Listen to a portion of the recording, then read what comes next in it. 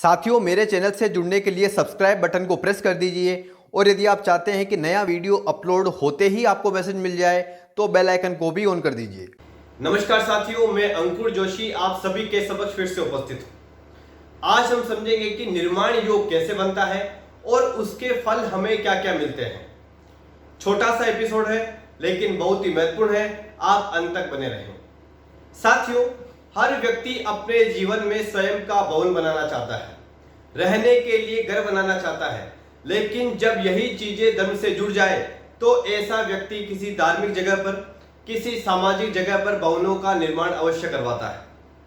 साथियों, जिस किसी जातक की कुंडली में निर्माण योग बनता है वह अपने जीवन में धार्मिक जगह जैसे मंदिर या किसी देव स्थान पर निर्माण अवश्य करवाता है, या हो सकता है कि विश्राम आश्रम बनवाए। कुल मिलाकर ऐसा व्यक्ति धर्मात्मा होता है, किसी धार्मिक जगह पर पैसा खर्च करके कुछ निर्माण अवश्य करवाता है।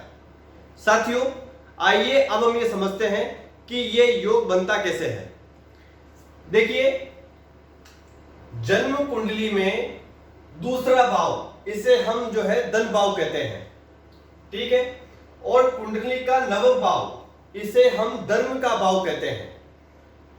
नवे भाव का संबंध धर्म से है, धर्म का कारक है, और इसके साथ ही निर्माण, किसी भी चीज का निर्माण जो है वो भी जो है हम नवे भाव से देखते हैं। तो धर्म और निर्माण हम नवे भाव से देखते हैं और धन स्थान जो है हम दूसरे भाव को धन स्थान कहते हैं। अब देखिए, यदि दूसरे भाव के स्वामी और नवे भाव के स्वामी यदि दोनों ही एक साथ यदि कुंडली में कहीं भी स्थित हो, जैसे मान लीजिए इस लग्न कुंडली में दूसरे भाव के स्वामी बुध देव हुए, मिथुन राशि है तो उसके स्वामी बुध देव हुए, और नवे भाव में मकर राशि है तो मकर राशि के स्वामी कौन हुए? शनि देव। तो शनि देव और बुध देव लग्न कुंडली में कहीं भी बैठे होंगे, यानी कि दूसरे भाव के स्वामी और नवे भाव के स्वामी जन्म कुंडली में कहीं भी बैठे हों, इसके साथ ही यदि उन पर शुभ ग्रह की दृष्टि हो तो जो है निर्माण योग बनता है। कैसे? देखिए, इस लग्न कुंडली में दूसरे भाव के स्वामी बुध और नवम भाव के स्वामी शनिदेव है, वो दोनों साथ में देखिए यहां बैठे हैं। उदाहरण के लिए मैं आपको समझा रहा हूं, हर लग्न कुंडली में यही नियम लागू होगा।